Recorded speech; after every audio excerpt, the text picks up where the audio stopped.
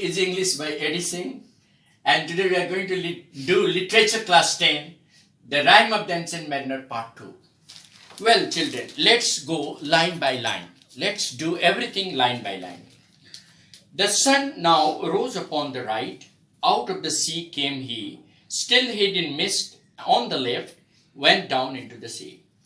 The poet is trying to depict the beauty of the rising sun. Yes, Mithilesh, what is the poet trying to depict in these lines? The beauty of the rising sun.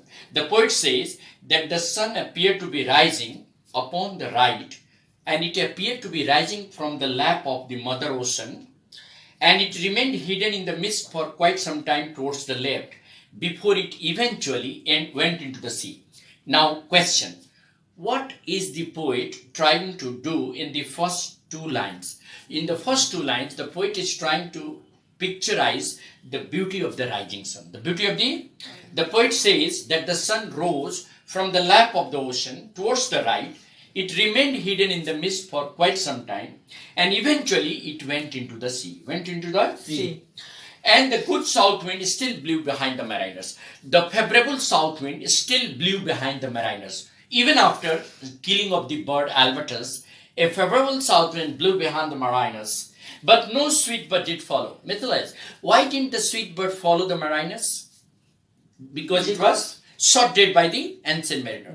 The sweet bird is here, the albatross. What is the sweet bird here? Albatross. So why didn't the sweet bird follow the mariners? It was shot dead by the ancient mariner. So no sweet bird followed the mariners, nor any day for food and play. And what were the two things the bird came to the mariners for? It came for food. The mariners they shared the food with the bird, and it came and played with them. So the two things that the bird came to the mariners for are the food and play. Food and play. And it responded, came to the mariners, hollow means call. It responded to the mariners' call as soon as they called the bird. Now we are coming to line number 91. And I had done a hellish thing. Who is I here? The ancient mariner. The ancient mariner. What hellish thing he had done? He had killed the bird for no provocation. Say like that. He had killed the bird for no provocation. So the ancient mariner had done a hellish thing that he confesses. The ancient mariner confesses that he had done the most sinful thing in killing the bird that had been the cause of the suffering of all the mariners. For all have heard. Now tell, who are all here? All the mariners, the fellow mariners, the fellow sailors, the fellow sailors. They condemned the action. They just said firmly, I had killed the bird that made the breeze blow. The other mariners reacted to the killing of the bird by the ancient mariner, condemning the action. Condemning the action. They condemned the action of the ancient mariner, saying that he had done a wrong thing in killing the bird that made the breeze blow.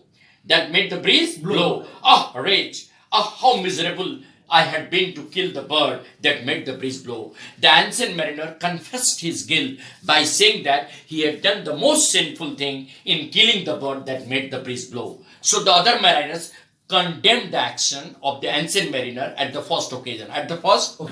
Now, nor dim nor red like God's own head. Now the sun rose into the sky. It was neither dim in color nor red. It was just like God's own head. The shape of the sun was full, in glorious form, and it appeared like the God's own head. God's own head. And the glorious sun rose high. That means the sun was in its full shape, and it rose high up into the sky. Then they changed their comment significantly. Ask sir, why? They were fickle-minded. The mariners were fickle-minded. They changed their comments significantly. They said, then all said, I had killed the bird that brought the fog and mist. It was right, said they, such a bird to slay. Slay means kill, to bring the fog and mist. They just changed their comments significantly, saying that the ancient mariner had done a right thing in killing the bird that brought fog and mist. It was just because they were fickle-minded. So change of the comments by the other mariners signifies that they were fickle-minded. They were fickle-minded. Now, line number 113. The fair breeze blew, the white foam flew, the furrow fell free. Once again, the favorable south wind blew behind the mariner. Fair breeze means good wind. Favorable wind blew, and the foam that has come on the surface of water out of the splitting of the icebergs flowed freely on the surface of water. So the first two lines are the example of alliteration. The fair breeze blew. F, the sound of alphabet F.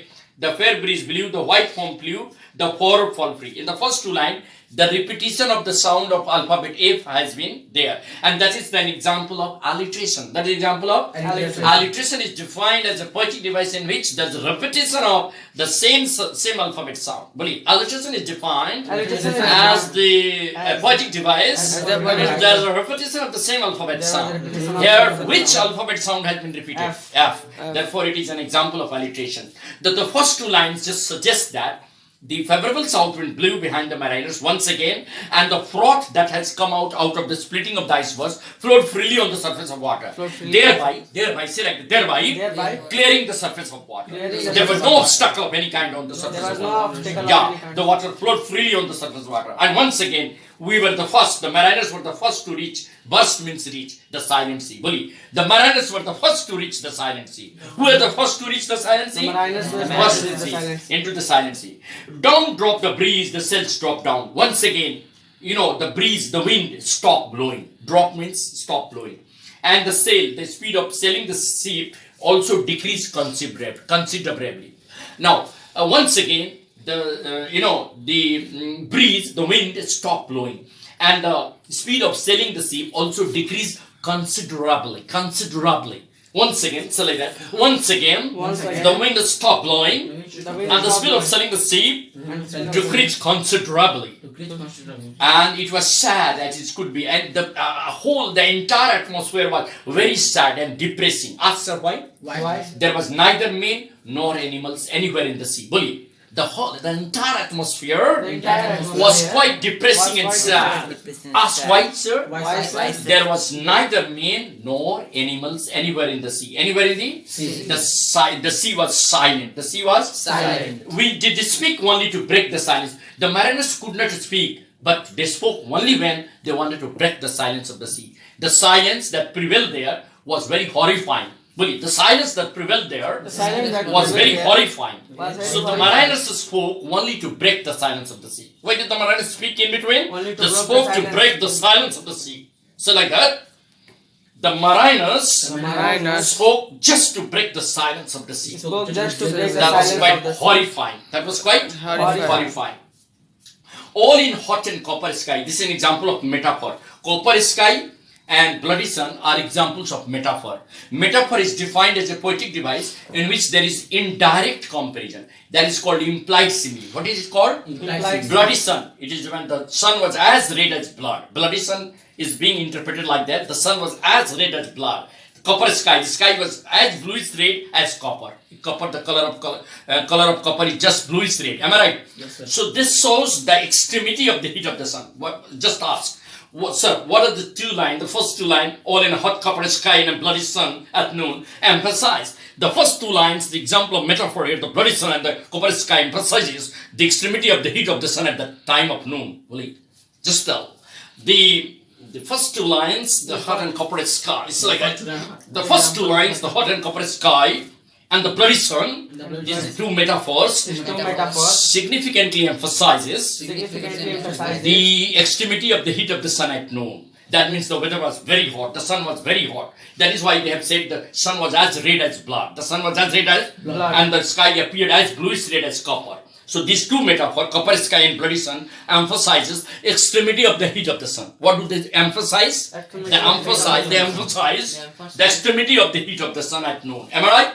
Yes, right above the mast, and the position of the sun was just above the mast, the vertical wooden frame of the ship, that is called mast. So the sun came exactly over the head of the wooden frame of the ship, that mast, and it came just above the head of the mariner, just above the head of the mariner. And the position of the sun at noon is just above the head of the mariners, head of the mariners, obviously. And therefore, the sun came just above the mast, and it looked not bigger than the moon. It was just as small as the moon.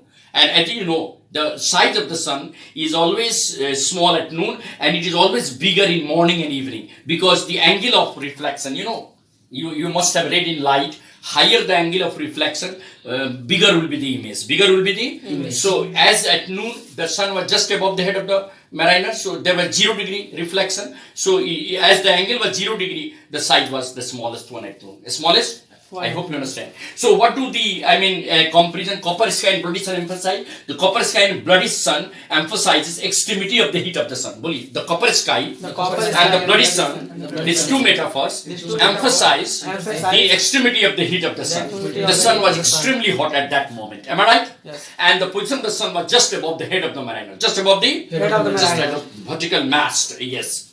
Day after day. Day after day. This is an example of repetition. What is this? Day after day, day after day. Yeah. Repetition.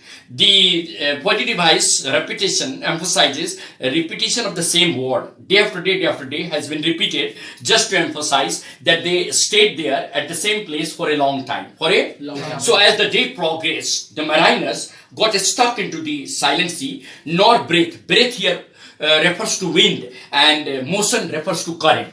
Neither there was current in the sea nor there was wind. See like that. No breath, no motion. It emphasizes neither there was wind nor current in the, and therefore they couldn't move ahead. Am I right? Yes. The mariners could not move ahead. They just remained stuck into the same place. Say like that. The mariners, they got stuck into the same place in absence of wind and current. In absence of wind. And here is again simile, as idle as a painted ship. The ship remained at the same place, and it appeared as if someone has drawn a picture of a ship on a sea. It appeared like a stagnant picture of a ship. Understand? Yes, so the ship appeared as idle, as worthless, as restless, as motionless as a picture ship drawn on a sea. Drawn on a issue. So the simile emphasizes and painted ocean emphasizes the huge, algae in the sea. The whole algae, biologically it is a kind of microbe which is in the sea. So the entire sea was painted like a color of, algae. And upon a painted ocean, and this ocean also appeared painted because of the stagnant water. So these two simile emphasizes desertness of the sea as well as the ocean. The ocean also appeared to be deserted, and the sea also appeared to be deserted, as there was neither wind nor current in the sea. Now we are in line number 129. Water everywhere. All the boats did sink. Water everywhere, nor any drop to drink. This is a paradoxical line. What do you call it? It is just irony, poetic irony, that though the mariners were surrounded by water all around, yet they had not a single drop of water to drink. Ask why, sir? Why, sir? The water is saline. The sea water is saline. You can't drink it straight away. Water is saline, salty. We can't drink water, sea water. It is very saline, very. So, this is poetic irony. This is called poetic irony. Though the mariners were surrounded by water all around, say like that. Though the mariners were surrounded by water all around, yet they had not a single drop of water to drink. Ask why, sir? Why, sir? The entire sea water was saline, and that was not fit for drinking. Not fit for drinking. Water everywhere. All the places. This is repetition. Water everywhere. The mariners were surrounded by water. The wooden frame of the ship, it was made of wood, shrank because of the extreme heat of the sun. But the water everywhere. Although they were surrounded by water all around, yet they had not a single drop of water to drink. The reason was that the water was saline. Saline. This is called poetic irony. Poetic irony. The very deep here, the deep signifies ocean. The very deep wrought. Oh Christ, the mariners exclaimed, "Oh God, the entire sea had rotten." The entire sea had Rotten. That should be. Yes, slimy means dirty. Things crawl, ugly microbes, because a stagnant water was there, no? So ugly creatures with their ugly legs were crawling on the surface of water. And slimy sea means dirty sea. Why had the sea turned out to be dirty? Because evil creatures, ugly creatures with their ugly legs were crawling on the surface of seawater. Seawater. So now we come to conclude line number 133, and that will be today's last line. Am I right? Thank you very much.